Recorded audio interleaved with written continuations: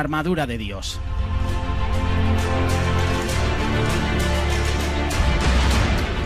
La armadura de Dios que encontramos en Efesios capítulo 6, versos del 10 al 17. Por lo demás, hermanos míos, fortaleceos en el Señor y en el poder de su fuerza. Vestíos de toda la armadura de Dios para que podáis estar firmes contra las asechanzas del diablo. Porque no tenemos lucha contra sangre y carne, sino contra principados, potestades, contra los gobernadores de las tinieblas de este siglo y contra huestes espirituales de maldad en las regiones celestes. Por tanto, tomad toda la armadura de Dios para que podáis resistir en el día malo y, habiendo acabado todo, estar firmes. Estad pues ceñidos vuestros lomos con la verdad y vestíos con la coraza de justicia y calzados los pies con el apresto del evangelio de la paz. Sobre todo tomad el escudo de la fe con que podáis apagar todos los dardos de fuego del maligno. Y tomad el yelmo de la salvación y la espada del Espíritu, que es la palabra de Dios. Cuando se habla de la armadura de Dios, no se está indicando que Dios necesite de armadura alguna para defenderse, sino que se refiere a las armas que Dios nos da para que permanezcamos en victoria. Por otro lado, esta armadura es Cristo mismo y su obra redentora, y no es algo diferente. Todo lo que el creyente necesita para permanecer en victoria lo encuentra exclusivamente en Jesucristo. En Él estamos completos y en Él no nos falta nada. Nuestros enemigos. Vamos a hacer la mención en estos versículos que dicen que no tenemos lucha contra sangre y carne, sino contra principados, potestades y contra los gobernadores de las tinieblas. En primer lugar, nuestros enemigos. El apóstol Pablo hace referencia a distintos rangos de autoridad en que se encuentra organizado el reino de las tinieblas. En estos días, en el retiro David, nos compartían los principados, las potestades, las huestes de maldad, que hace referencia a entidades espirituales, mientras gobernadores de las tinieblas puede ser a personas físicas que ejercen poder desde puestos de privilegio y desde allí promueven y favorecen las actividades de las tinieblas. Estos gobernadores pueden ser líderes de carácter político, presidentes, gobernadores, alcaldes, empresarios, pueden ser cantantes, músicos, líderes cívicos.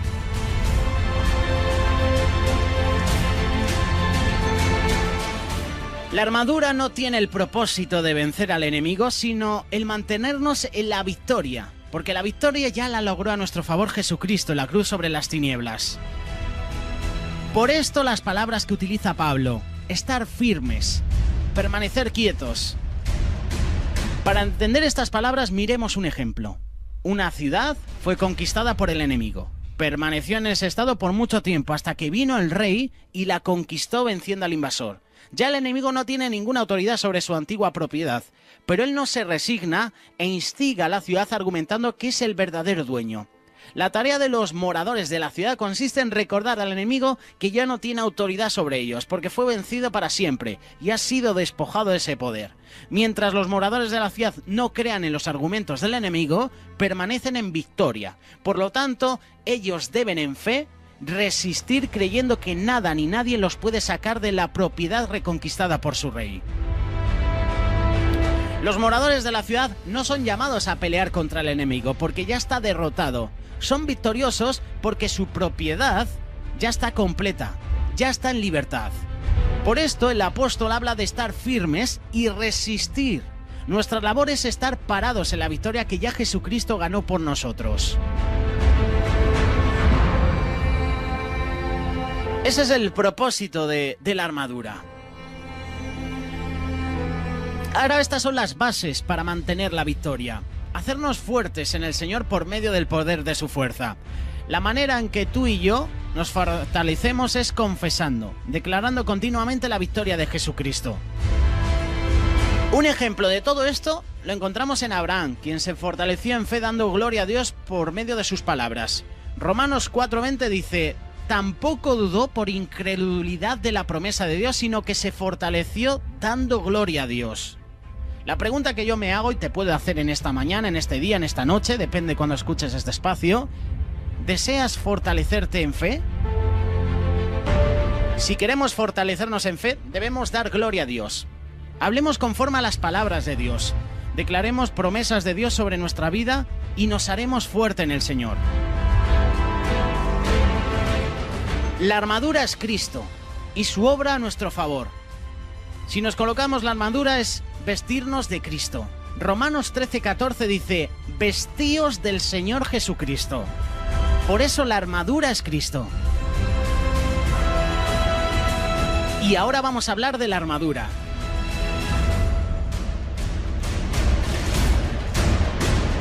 La primera arma que necesita el hombre para ser libre de la potestad de las tinieblas es la salvación. Y esa salvación proviene exclusivamente de Jesucristo. Colosenses 1:13 dice, el cual nos ha trasladado de la potestad de las tinieblas y trasladado al reino de su amado Hijo. En el momento en que la persona cree en Jesucristo, es liberado de las tinieblas y pasa a disfrutar de la victoria en Jesucristo. Colosenses 2:15 dice, y despojando a los principados y a las potestades, los exhibió públicamente triunfando sobre ellos en la cruz. El creyente no es llamado a vencer al enemigo, sino a creer que ya Jesucristo lo venció en la cruz. La victoria de Jesucristo es nuestra victoria, pues Él es nuestro representante. Hebreos 2:14 dice, así que por cuanto los hijos participaron de carne y sangre, Él también participó de lo mismo, para destruir por medio de la muerte al que tenía el imperio de la muerte, esto es al diablo. Por medio del arma de la salvación, el hombre alcanza la comunión con Dios. Encontramos también en este pasaje el escudo de la fe. La fe es la única manera en que podemos alcanzar salvación y también en medio para conservarla. Efesios 2:8 dice, porque por gracia sois salvos por medio de la fe, y esto no de vosotros, pues es don de Dios, no por obras, para que nadie se gloríe. Normalmente tú y yo aceptamos que la salvación se alcanza por fe, ¿no? Eso lo sabemos y eso ya está aceptado. Pero no todos aceptan que la salvación se mantiene por fe. Eso es diferente. La salvación se alcanza por fe, pero no todos a veces aceptamos la salvación que se mantenga por nuestra fe. La mayoría cree que es por obras, que es por sacrificios, ignorando que el justo por la fe vivirá, no por obras.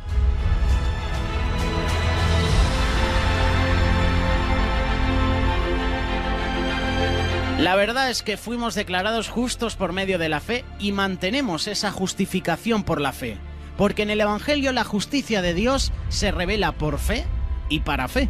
Por esto Pablo enfatiza que sobre todo tomemos el escudo de la fe, porque sin ella somos totalmente vulnerables a los dardos del enemigo. Por medio del arma de la fe, tú y yo conservamos nuestra comunión con Dios. ¿Cómo está tu fe? ¿Cómo está tu escudo? Tu escudo no me vale a mí, ni mi escudo te vale a ti.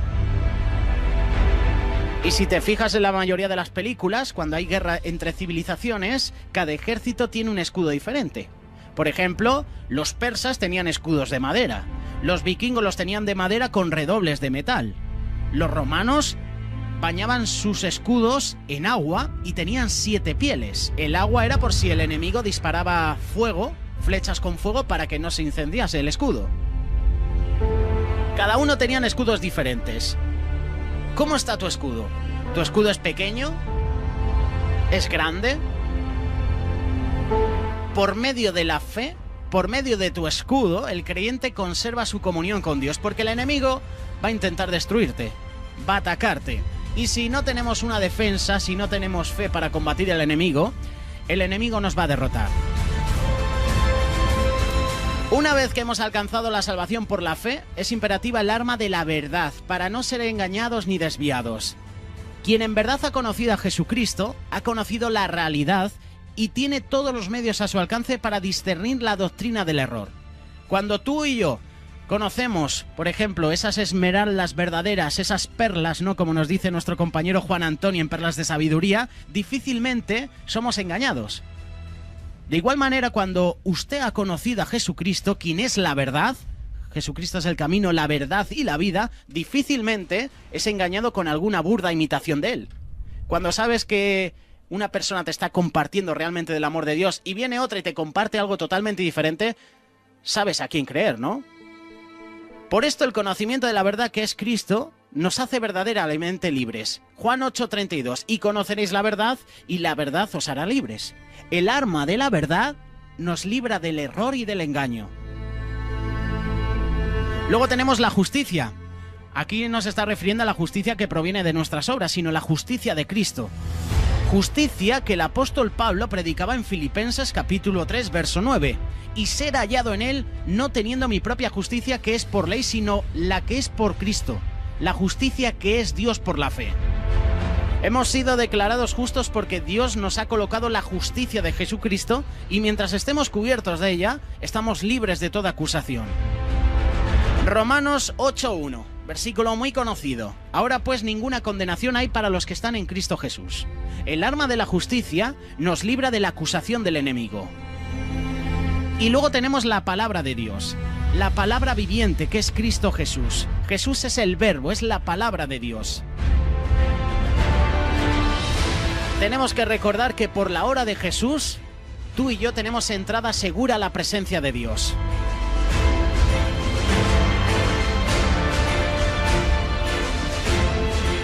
Hoy en 30 más 30 te estamos hablando de la armadura de Dios.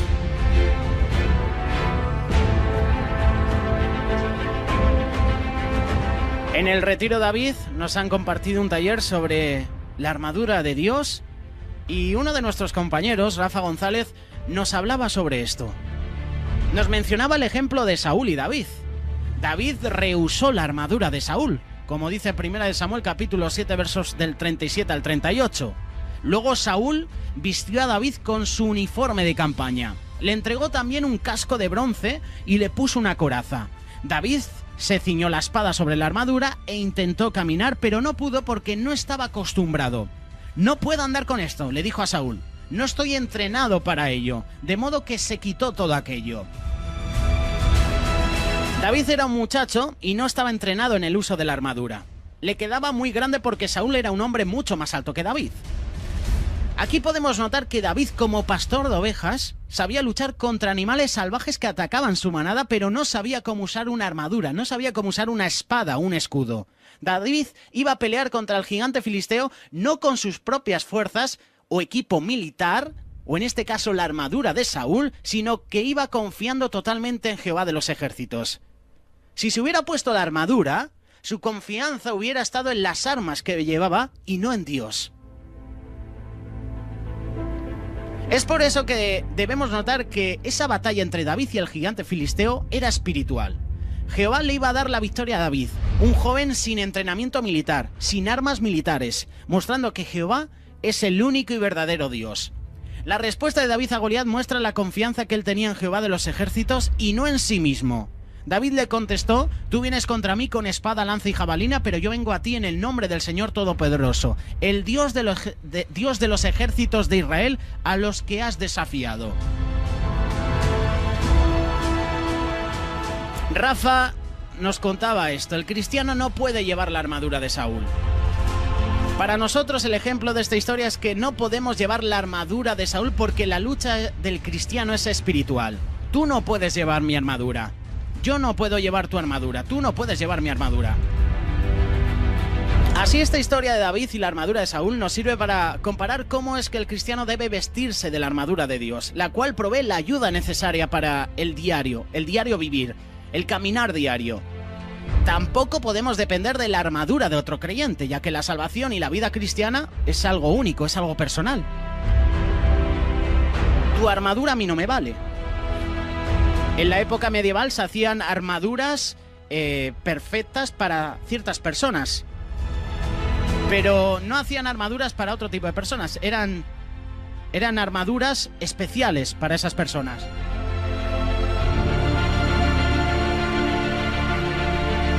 La lucha del cristiano es directa en contra de las fuerzas demoníacas. Es una lucha espiritual. No se vence con la fuerza, no se vence con armas, sino con la ayuda del Espíritu Santo.